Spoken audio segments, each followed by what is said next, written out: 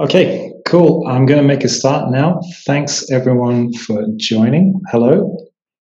Um, Today we are going to look at e-commerce and quick UX wins. So thanks for signing up and thanks for logging in. I'm going to keep this as concise as possible. Little introductory slide. My name is Stephen Hill. I'm interested in customer experience, conversion rate optimization, user experience, user interfaces, and human-computer interaction. I've been working in e-commerce for around 15 years now. I've been incredibly fortunate to work with some household names and some big brands. I'm really lucky, and also very lucky to work for a company called Vimo. And I don't work in sales or marketing, but our mantra is driving success in digital commerce, and we're a full-service digital commerce agency with global coverage, but a local presence. And there's around 20 offices now, and we're growing. But I'm going to jump into the content straight away. Now, before I start going into best practices, I just want to set expectations and talk a little bit through what I'm going to be talking about. So it's going to be very much focused on e-commerce and broken down into eight or so different areas with kind of 6 or 7 recommendations in each area. So in total, there's probably about 50 points to take away. These are going to be as generic as possible. So hopefully, whatever industry or vertical you're in, the majority of these best practices can still apply.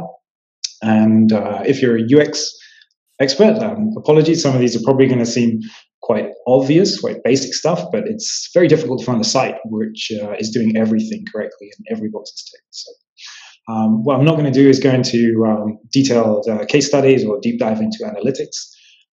It's going to be more of a checklist of well-established e-commerce best practices, a framework that you can take away. And there'll always be exceptions in edge cases, but and a little bit of housekeeping. There is a Q&A in the Zoom chat. So at the end, very happy to pick out some questions. So if you have questions as I'm going along, please put them in the Zoom chat, and I'll do my best to answer them at the end if we don't run out of time.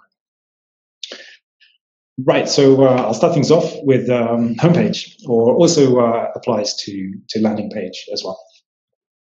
So I'm going to start the example looking at the Asus website. These guys do a lot of things right, and I'll talk you through what I'm going to show you. So first point, clear call to action above the page fold. This is something easy to forget, and most retailers are doing it, but it's something. Make sure it's always clear and always there that there's an option and something to click on above the page fold. Also, secondary, make sure the call to actions on the page are short and descriptions. And I think Asus are doing this well with this view all. It's not confusing at all. So, easy one to remember there. Making sure there's a benefit-oriented value proposition on the page as well. And here, Asus, they know I'm new when I'm visiting, and they're prompting me to get 10% off anything with this code as well. So that's very easy to include, and it's clearly done on the Asus homepage here as well. No automatic carousels or sliders. So this is one which historically there used to be a trend to have hero sliders or carousels which would automatically animate, and the upside of that was you could get more content onto the homepage, and that was the idea behind it. But the data and studies have shown that these are not user-friendly. People don't enjoy sitting through them, and they don't click through them. So basically, you're hiding messaging in there. So the best practice now is not to have automatic carousel sliders, but you can have manually operated ones here, and this is what Asus is doing here, where you can swipe through. So yeah, that's an easy one to get wrong, but we'd always encourage a kind of masonry style, not have anything automatic. Having your top categories displayed on the homepage and landing page as well, it's a very easy thing to do, and Asos are doing it well here with dresses and loungewear and tops. So again, very, very easy to do. Next one, making sure fonts are legible, both in terms of size and type. So not kind of grey on white low contrast or serif fonts. And again, ASUS very bold here, very legible, very mobile friendly, and very clear and concise. So legible fonts. And then last one for homepage and landing page is making sure, if you can, in some way, that social proof is used. So ASUS, they don't have the full kind of Instagram feed on here, but they do have a kind of style feed where you go through some blog content and get onto their Instagram that way. So that's a summary for homepage best practices. So clear call to action above the page fold, making sure it's short and descriptive, giving an obvious benefit-orientated value proposition at some point in the page, ideally above the fold. Do not have automatic carousels or sliders. Make sure the top categories are displayed, and make sure your fonts are legible, and if you can, using some kind of social proof. So that's the homepage. I'll move on to the next section. So next, I'm going to look at navigation. So this also includes a menu, call it menu section. Because I've started on ASUS, I'll continue and just show what ASUS looks like. So we can continue this example for a little bit, and then I'll dive into some other details on what they look like. So what we're seeing here, if I jump in, firstly, you need to have a consolidated menu. And so the best practice here is to use what's known as the hamburger menu, a real space saver, but now universally recognized kind of design language of this is where the menu is. Traditionally, you might have had a line of options across the top, but now it makes so much sense to consolidate them and hide them away inside a menu. People understand how this works. So ASUS do that. Keeping the options on one page. So this is once you're within the menu. So if I just bring this out, you can see here, actually, this is not something ASUS is doing. And from the little video clip that I showed at the start, here we're actually only seeing about a quarter of their menu. They have a huge menu full of information. And this is mainly being expanded because they've made a decision to make it very kind of touch-friendly, and also using imagery as well, which I think aesthetically, visually looks really nice. But here, we're only seeing kind of 5 or 6 options available when actually there's a huge amount of that. So I'd say ASUS are not doing that, but I'm sure that's a conscious decision on their behalf.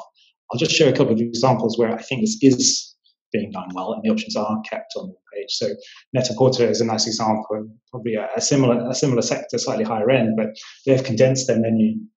Whilst it's quite nicely styled, it is all condensed onto one page so that you don't scroll up and down through the menu. One other example, which was I only learned about them earlier this year on Running, a really nice site, a lot of best practices on here, and they've done this really nicely as well. So I'd say this is a kind of hybrid between the two, ASUS and Net-a-Porter, in that they've got some iconography, and also it's nicely consolidated and clear. So really nice example there of keeping the options on one page inside a console menu. So I recommend that. Next one, order the categories by traffic volume. So this is one, sometimes there's discussions around what order the categories should go in and how it should be done. The understanding now is that they should be ordered by traffic volume. So this is literally the amount of how attractive each category is to the user. So looking at ASUS here, obviously I don't have access to their analytics data, but I'm going to assume that their sale up to 50% off categories is their most popular one. And as a result, they've then followed suit, and then new being the next most popular, and then clothing, then shoes and accessories. And that makes sense. So I'm going to assume they have done that, and we would always recommend that that's the route that you follow.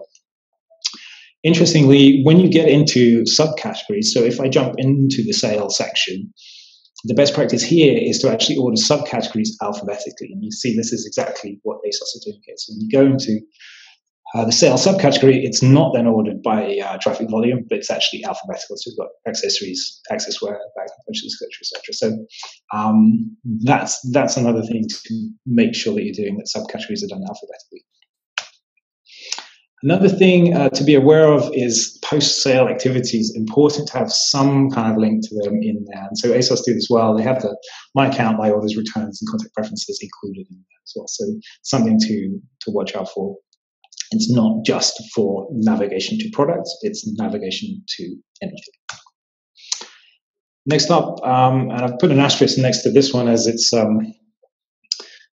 not applicable to everyone, but if you are a retailer with bricks and mortar stores and your strategy involves that, then a store locator button is really important for some people. So it's not applicable for M&S or on running, but sorry, not applicable for ASOS or on running, but for someone like M&S, absolutely is applicable. So they hide it inside their hamburger menu, but they have quite a big find store button with the pin icon on there.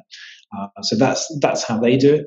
I think if you really want to go big, then you need to have one of these in the sticky header so that you can always find your way to a store.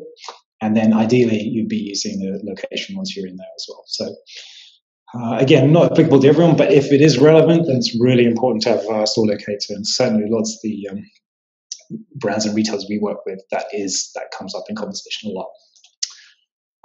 And then one more edge case really is the click to call button. And in the past, this was much more popular and people were much more insistent on having a phone number.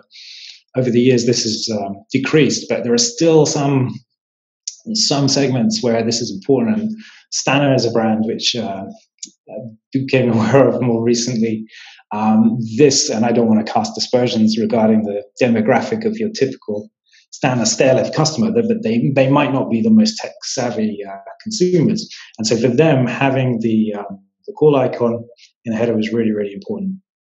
And it's really clearly done that you can get a free quote, and obviously that's a product which they're keen to have an engineering consultant to kind of talk about the installation stuff like that. So for their particular business model, a click to call button was really important to have it on every page. So so in summary, that is navigation stroke menu best practices. So making sure you show consolidated menu, keeping the options on one page if you can. Order the categories by traffic volume, but then order the subcategories alphabetically. Make sure post-sale activities are included in the menu. And then, if it's relevant to you, having a store locator button or a click to call button on every page as well.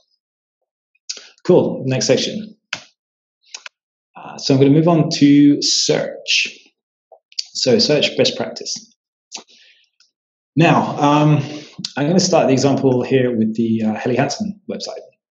Now, this might seem like a stupid first bullet point, but it's surprising the amount of merchants you come in contact with where search is not automatically included in their current site, whatever they're running. And we discussed it with them, and it's because our search wasn't working, or no one was using it, or the product data wasn't right, so the results wasn't right, and the conversion rate wasn't good from search, so we took it out of the menu and people can use the navigation. But it's absolutely not the right way to go. You should always include search, even if you've just got a handful of SKUs, it needs to be there. And I think there's an expectation with how people use Google and how people use Amazon that search is needed, search is expected, and it should be present on every e-commerce site. And as I'll get onto in more examples, it's not just for searching for products, so it's more useful for that. Secondly, and this is what the Helly's got a little slide out on some popular searches, and I'll go into that in a bit more detail. Wimbledon is a brand we launched this year, the shop.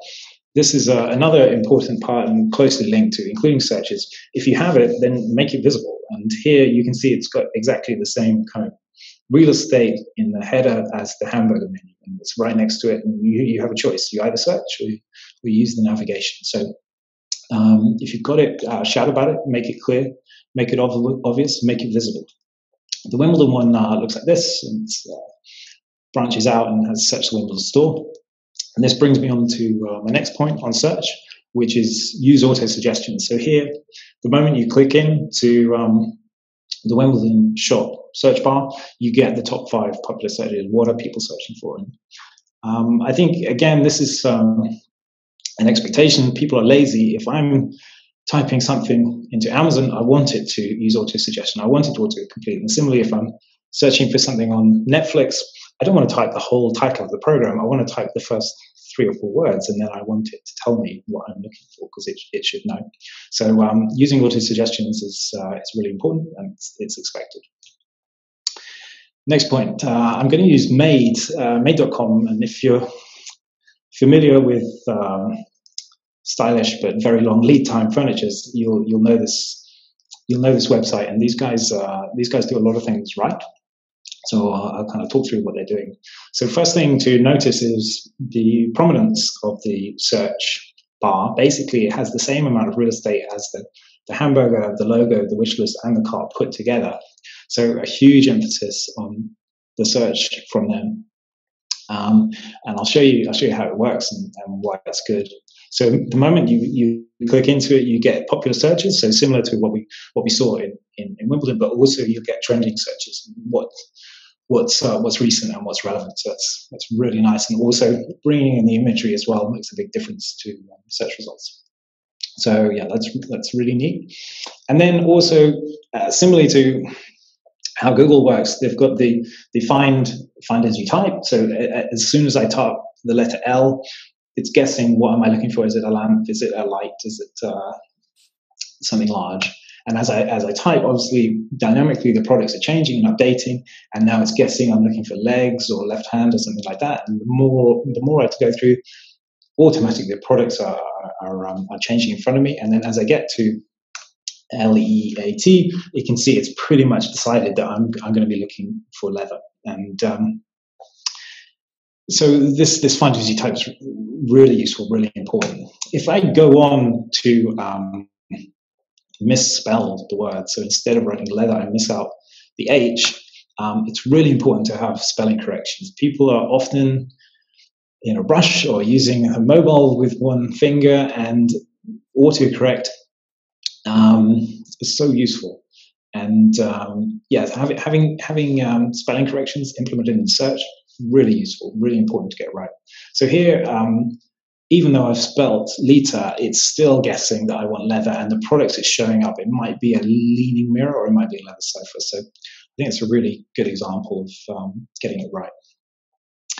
Another point to make best practice is you should always show results as well. So even in this example where I've searched for a nonsense word, instead of just saying, sorry, there are no results, and having a blank page, it's showing me the popular products again, but also it's showing me the popular searches and some kind of content links to other areas of the site that I might be interested or looking for. So always showing results is really important. I think that's a great example done on the Made website. Another one which Made doesn't actually do, which again I think is good and is relevant, and more people should do it, is and Staples are doing it, is include the previous user searches. So here, when I click in there, you can see the previous terms which I've searched for. And again, I think people are used to this and how Google works and how Amazon works. That particularly, I guess, for perhaps B2B, where there's a lot of repeat purchases, people buying the same things and searching for the same things over and over again. That's very useful, easy to implement. So next one. Include the top and trending searches. So this is one I showed on Made, but if you can do this, showing particularly on the fast-moving consumer stuff, if you can show what's trending and what's hot right now, that's really useful. I think also I've got a few other little examples as well of things which I think are good. Being able to do a contextual search. So as I mentioned, people are lazy and they will search for the word refund or the word phone number or the word contact details. And you can't just have product information coming in the search. You need to have content and you need to have links to the site. So here, this example, searching for refund, and I found the appropriate page that I want to get to. But also being able to do kind of intelligent contextual search. So if on Made I search for a dining room table, made of walnut under £500, it's able to piece together that string and give me relevant results based on that. So this is not something which is particularly complicated to do, and you can use partners to implement this very easily. So one other thing I wanted to draw attention to, which again Made do really well, is having a visual search. So again, they've got the icon up in the search bar, and if you click on this, You can take a photo, or you can upload a photo, or you can even choose a pin, and they will try and match that. So really nice implementation, really simple, really powerful, particularly for furniture or design stuff. If you see something, you manage to take a photo of it, and you want to try and buy a replica, then this is a good way to go about it. So yeah, to summarize, always include search, always make it visible, use as much of the tech as possible. So partners like Clearview are really good at this, using auto suggestions, spelling corrections. Make sure you never get a page where there's no search results. You can always show top products, trending products. And if you can, include previous user searches and the top and trending searches as well.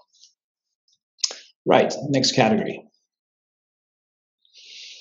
So this one is the category pages. This is there's not too much in here, so this one's pretty straightforward, I'd say.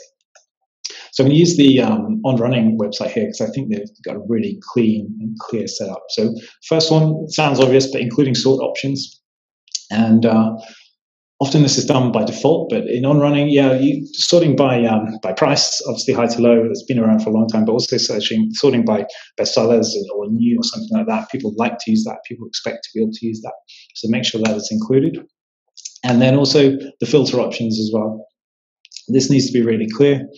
And we come into contact with clients who are not providing this, but it's really easy, really useful. And I think some people will never use sort and filter, but for the ones which do want to use it, it's important to have it. So again, this is really easy to sort by size or color or features or price or whatever.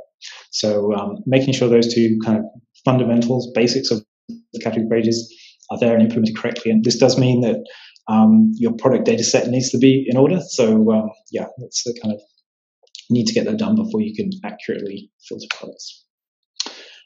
Next point, again, similar to homepage and landing page, make sure there's a value proposition. And these guys are doing it really well.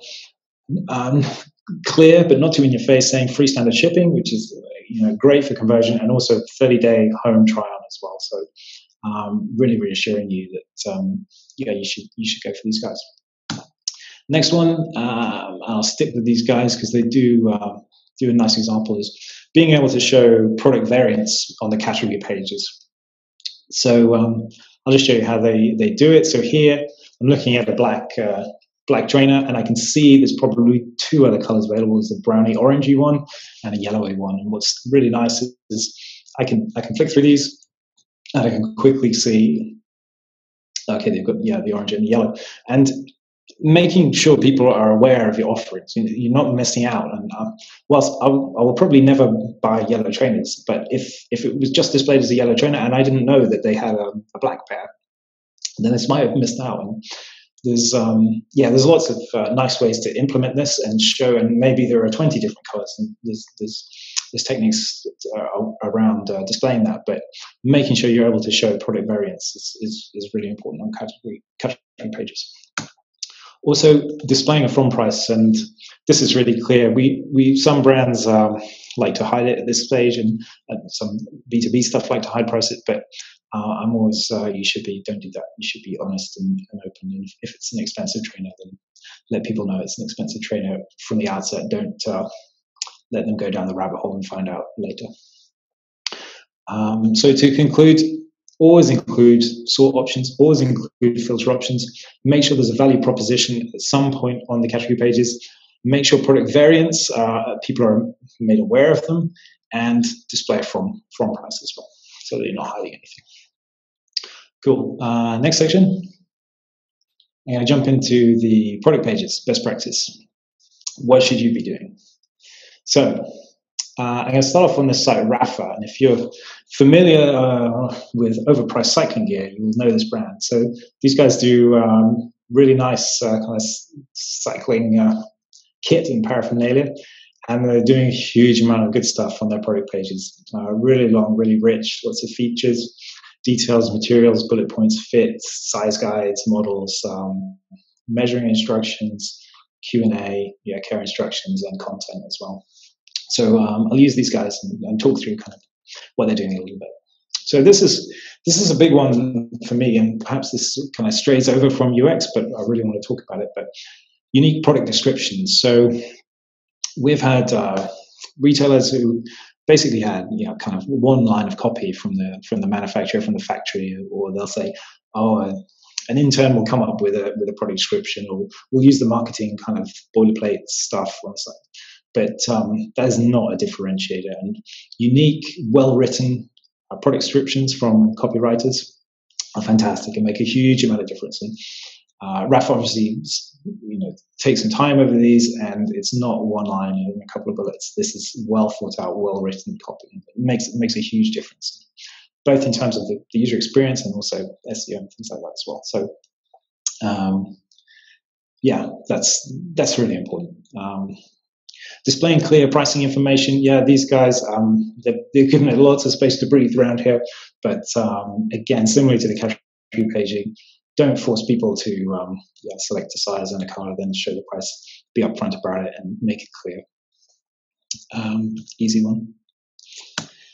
Multiple high quality product images. Yeah, this is a big one as well. People are very visual when shopping, particularly in sectors like this. It has to look good. You have to be able to zoom in. You have to be able to see the detail. And we've had worked with brands in the past who are selling or trying to sell products which were literally thousands of dollars, and they have one small low resolution image and one bullet point about it, and you've just got no chance. There's expectation. You need to have multiple high quality product images all around the product, and ideally kind of 360s if you can get to it. So Rafa do that really well.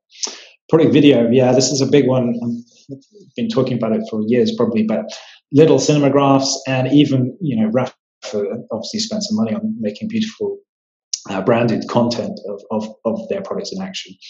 And this is a real differentiator. And I think ASOS, I could probably use that as an example as well. I'm pretty certain that every single product on ASOS has an accompanying kind of 10-second video. And we know this drives conversion. We know people watch product videos. It's just a case of doing it and implementing it. So that's a big one for me. User-generated content. So this is. I'll jump over to another site here because I think Von House are doing this really well. So this is anything basically. Traditionally, it was just reviews, but now there's an expectation that I want to see pictures and I want to see videos that people have uploaded of them using the product. So if we jump down to Von House, they're using Yotpo to do this. And we'll see here they've got their own branded product images mixed in with the user-generated content. So this is there's very little downsides to doing this apart from maybe a bit of moderation on the retailer's behalf. But you can see here KTT, she's given a quick review saying it takes a while to build, but it looks great. And these are the engagement in these are fantastic. If you're making a considered purchase and you want to see what the product looks like without the lighting and the kind of production values of the official photography, this stuff is fantastic. And we know this drives conversion, and we know this increases trust. So really, really nice thing to be able to do. And obviously, the more the better, really, in terms of reviews, pictures, videos, anything you can get. There are some brands which won't get involved in this, which I'll understand, but for the vast majority of people, this is a winner. Having a secondary call to action on the product page. So what does this mean? So there's a couple of reasons why you might want to do this. One is to not lose a sale, but keep someone interested. And maybe they're not in a position to spend a lot of money this week or this month, but they want to save it to a wish list. So Rafa do this quite clearly. There's some other examples here. So Heli, they have the little heart icon, which for fashion is quickly becoming a kind of like heart wish list thing. I'd say the best example is probably ASOS. If you look here, right next to the add to the bag, there's a heart and there's a little micro animation, and then you scroll up, and then in the header you can jump over to your heart, and you don't need to be signed in or registered or anything like that. It will just keep track of what items you've saved. So this is also powerful and useful for cross-device purchasing. So if you're browsing on your mobile and you don't want to buy right now, but you like something or you heart it, or you email it to yourself, so then you can pick it up when at home in the evening when you've got time to do some shopping online. Also on ASOS, they've got this, and I'm not sure if this is the universal share icon or not, but they've also got this so that if you wanted to share it, it pops up a menu and you can get it on Facebook or WhatsApp or email again. But really important to not just have add to basket, but also have a secondary call to action as well. And last one, if you can, and we're talking about, I've got my conversion rate hat on and talking about revenue. If you can include some urgency and some scarcity elements, so ASOS are doing it here. They've got a little badge saying selling fast and a strike through markdown, big red, buy it now kind of thing. This is one of the most powerful kind of conversion tools that you can use. But obviously, there are some brands. I wouldn't imagine Rafa doing it, and there's lots of luxury brands which would never get involved in it. But if you are, there are subtle ways to do it, and I have a whole nother talk on it. But if you're looking to drive conversion, then urgency and scarcity elements are incredibly powerful. So I think this is friends over at Second Sleep. They are masters of this, and they will always have some kind of limited time, some kind of countdown, some very strong urgency or scarcity elements on the product purchase. So to conclude, for product pages, make sure you've got unique product descriptions. Ideally, get a copywriter. It will make a huge difference. Display clear pricing information. Have multiple high-quality product images. Include product video. Try to get some user-generated content, if possible. Have a secondary call to action, whether it's wish list or email, something to enable the cross-device browsing. And if your brand will allow you, implement some urgency and scarcity tactics as well. So next category, checkout best practices. I'm going to start off with looking at Helly Hansen here. One of the traditional techniques was to immediately redirect people to checkout, and this is proven not to be that useful. So here with Helly, you can see you get an option: go to cart, go to checkout, or you can cross it off. And so that's a kind of middle ground. It's not the hardest and it's not the mildest. I think I have another example here, on Von House. So this is a more kind of softer traditional method. When you click add to basket, it will take you up to the top of the page. It will give you the icon notification in your cart, and it will give you a green check saying it's been added to basket. But other than that, it doesn't disrupt your journey. So it's proven to be a bit counterproductive to immediately redirect people. That actually you should let users decide when they want to check out. So yeah, that's the first point. Don't redirect to checkout immediately. Next one. And so yeah, this is something which has been around for a while. Encapsulate the checkout and reduce exit points where you can. So I'll just show Von House as we're on that one. So here you probably noticed this before, that the hamburger menu has disappeared and the search icons disappeared, and now we've just got the logo in the top corner. So they've kind of got 3 exit points there. You can click on the logo, go back to the homepage, go continue shopping back to where, or you can go back to your cart. So the idea here is essentially the funnel, to keep people focused and get them to check out when they get on that journey. So Helly Hansen take it another step further. So they've reduced everything apart from their logo, or you can go back and view the details.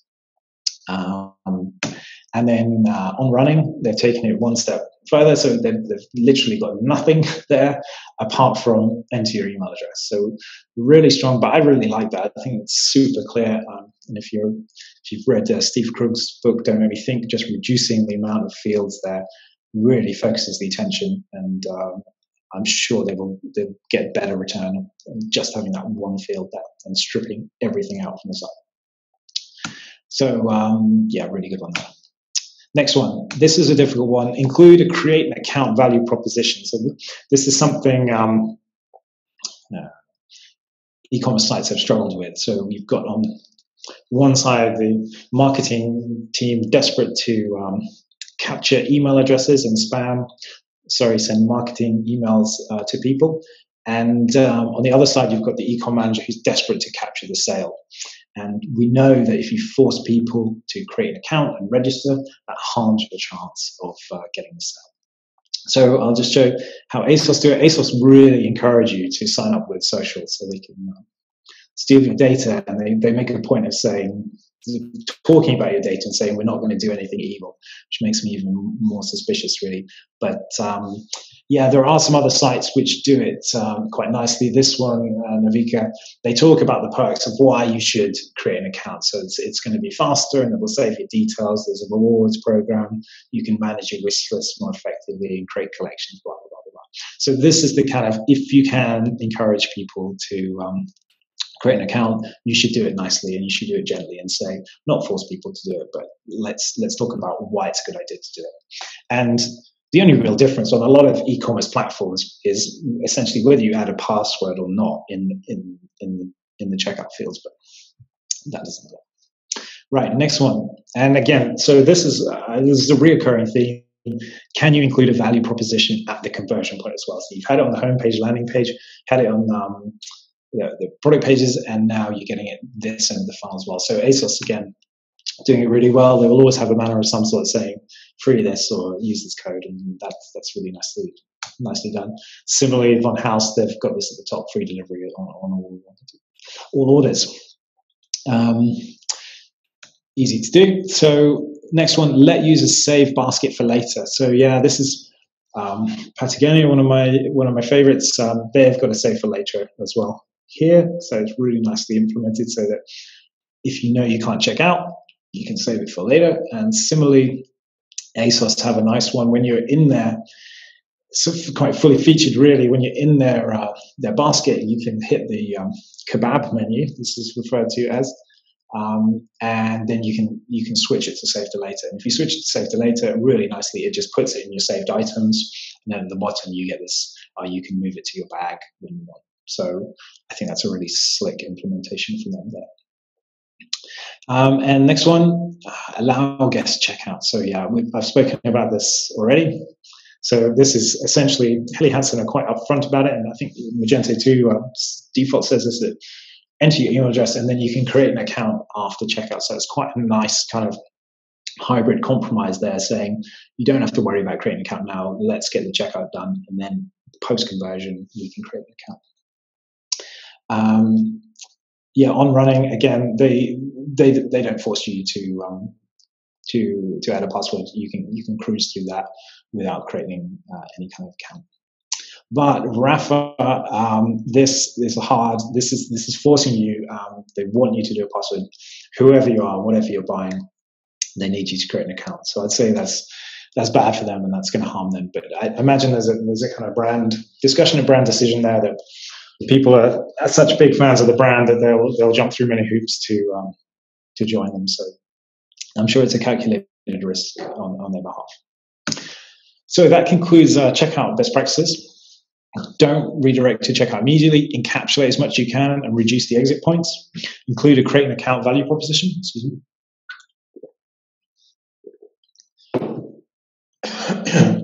Include a value proposition at conversion point. Let users save the basket for later, and allow guest checkout. So moving on to the last section.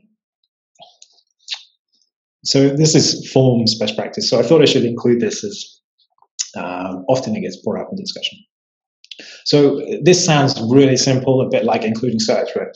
Mark required fields with clear asterisks. And I looked through lots of examples, and there's still lots of people not doing it, but this is a really simple thing to do. You see company is optional. But yeah, and I don't particularly want to give my mobile number out to a brand unless I have to. And often I think it's a decision to deliberately obscure whether it's needed or not, so that you do capture more data. I would much prefer just tell me what the required ones are. I'll do those. Next one, use inline validation. So what does this mean? So here's an example on One House. If I'm trying to type my email address in, but it doesn't contain an @ and it doesn't contain a dot, it's going to throw up an error. And similarly with postcode, it wants to get the formatting correct. So this is really important. Hopefully most people are doing it, but there's still some out there which don't, and you can put waffle in there and get it through. But I've got a really good example is on the Helly Hansen website. So here, and this is a nice touch. If you're not hitting the validation, you'll get a red cross and you get explanation. But if you are getting it right, you get a green tick, and that's really nice. Kind of introduces a bit of gamification there. I want to get all the green ticks. I want to get a perfect score kind of thing. So I think that's really nice. Next up, reduce the number of fields. Yeah, and as you mentioned previously, don't make me think. And if you're including extra fields and optional fields, then you're making the form longer, you're making someone's journey and much harder to complete. So if I would get rid of all the optional fields and just get the essential ones. Using the correct keypad. So here's an example. When I'm entering the name on my card, it's thrown up the QWERTY keyboard, which is exactly what I want. And if I switch over to do the card number, it's thrown up the keypad. And again, perfect. Be surprised the amount of, it's such an easy thing to get right. Makes a big difference from the user experience point of view. So using correct keypads. And next one, using a stepper for numerical entry.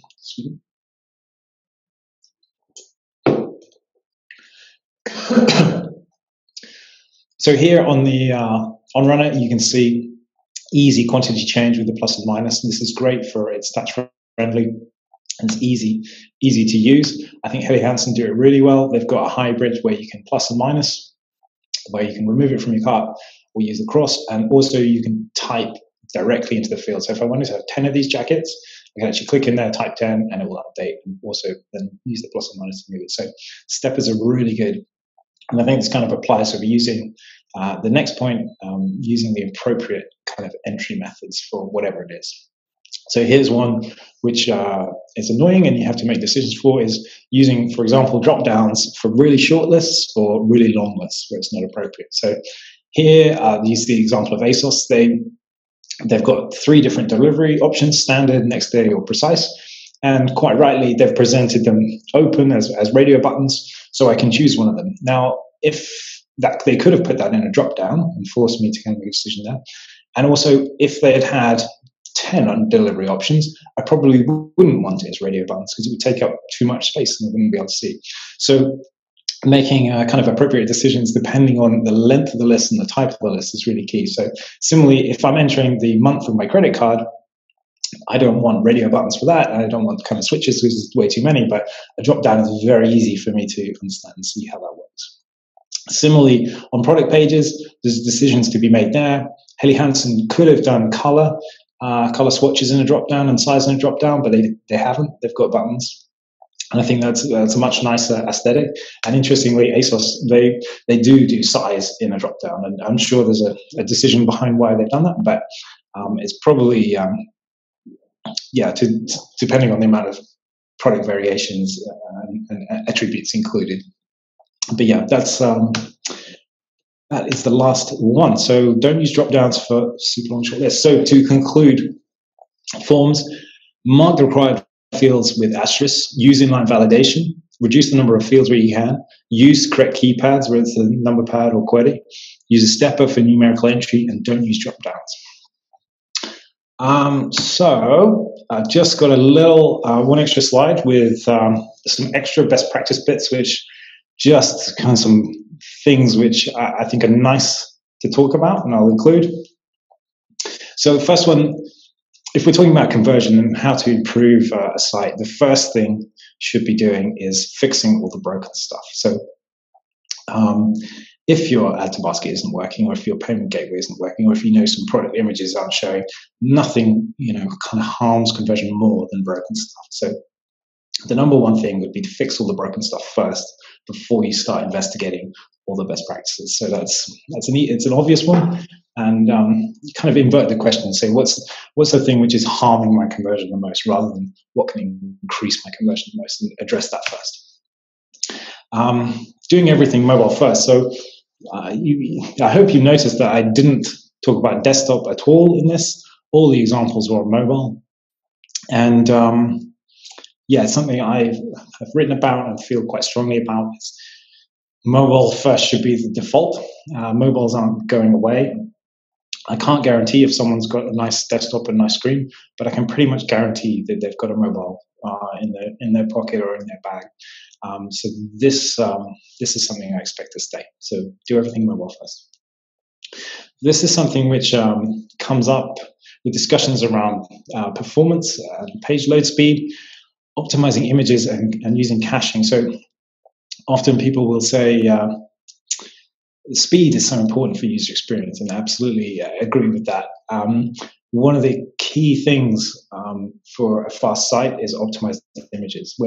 Usually when we look at what is slowing a site down, we can see that a content manager has uploaded a 3 megabyte image on the homepage, and no amount of kind of clever back-end optimization is going to get around that.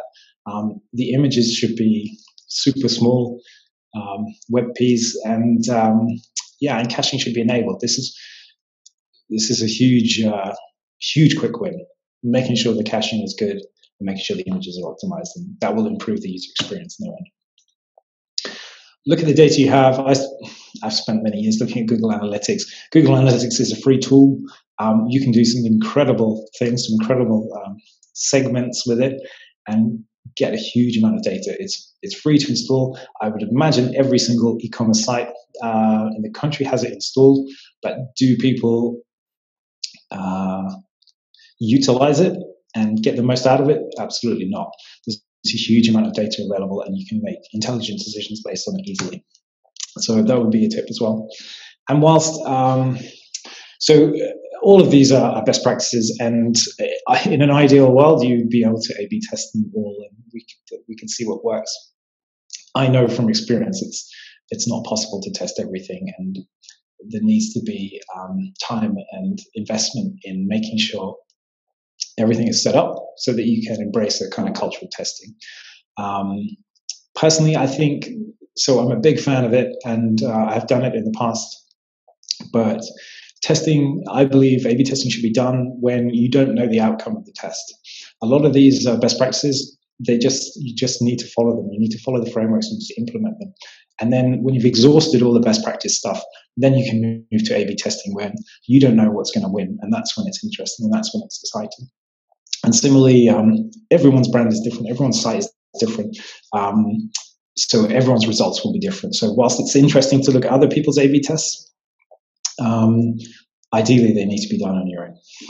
So test if you can. And yeah, just a comment. So similarly to Google Analytics, Google Tag Manager is free. Google Optimize is free. You don't need to be a backend developer to set these up and use them. And together, it's incredibly powerful, and you can do it all yourself essentially. And last one, tell your story. And this is another talk I did last year about the importance of a narrative and talking about a brand and how important it is. And I would say, for me personally, I will always look at the About Us section on a website, and I will want to know, similar to the Simon Sinek talk, about why are you doing what you're doing? Why are you selling me something? What are you up to? And Patagonia is a great example where I read an article with the founder and was engaged with it and wanted to connect with the brand. And so similarly, other brands which have great stories, so Jack Daniels is one that we've worked with in the past. They've really embraced the narrative. Is Jack Daniels the best whiskey in the world? No, it's not, but it has a great story, and people love the story, and they want to engage with it. And it's so important to have an About Us and tell a good story, and people can connect with you. So, in summary, I'll quickly whiz through what I talked about. So we went through 8 sections: homepage, navigation, search, category, product, checkout, forms, and the extra bonus ones. And I will just leave these here. I won't talk through them again, but we can include this in the PDF that we share afterwards. So these were the best UX practices for each of the areas. So hopefully there was something interesting and something useful there for everyone. So I will now try and jump into the Q&As and see if there are any questions. And I'll see if we've got anything. So a couple of questions. Yeah, do you think it's better to not have asterisks for required ones and instead have optional for the not required ones?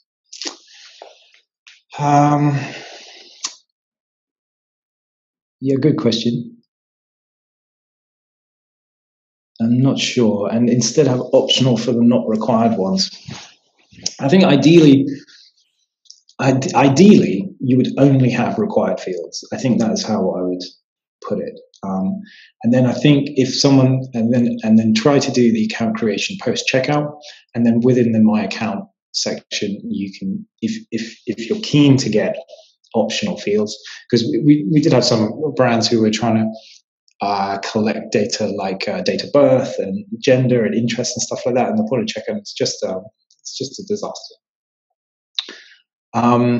Yeah, good question about apps or websites. So I was supposed to mention this at the front. I'm just talking about mobile websites here in e-commerce. And yes, so apps is a slightly different. There is some different UX and design principles that apply to apps as there's more features and functionality available. So I think apps should be able to give a better experience. Apps should be able to go above and beyond what the mobile website does.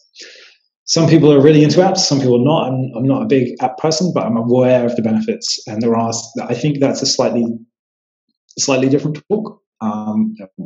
Perhaps one we can do later, apps versus websites.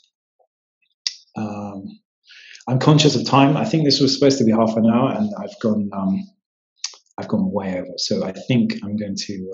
We've been going over 45 minutes now, so I think I'm going to wrap it up.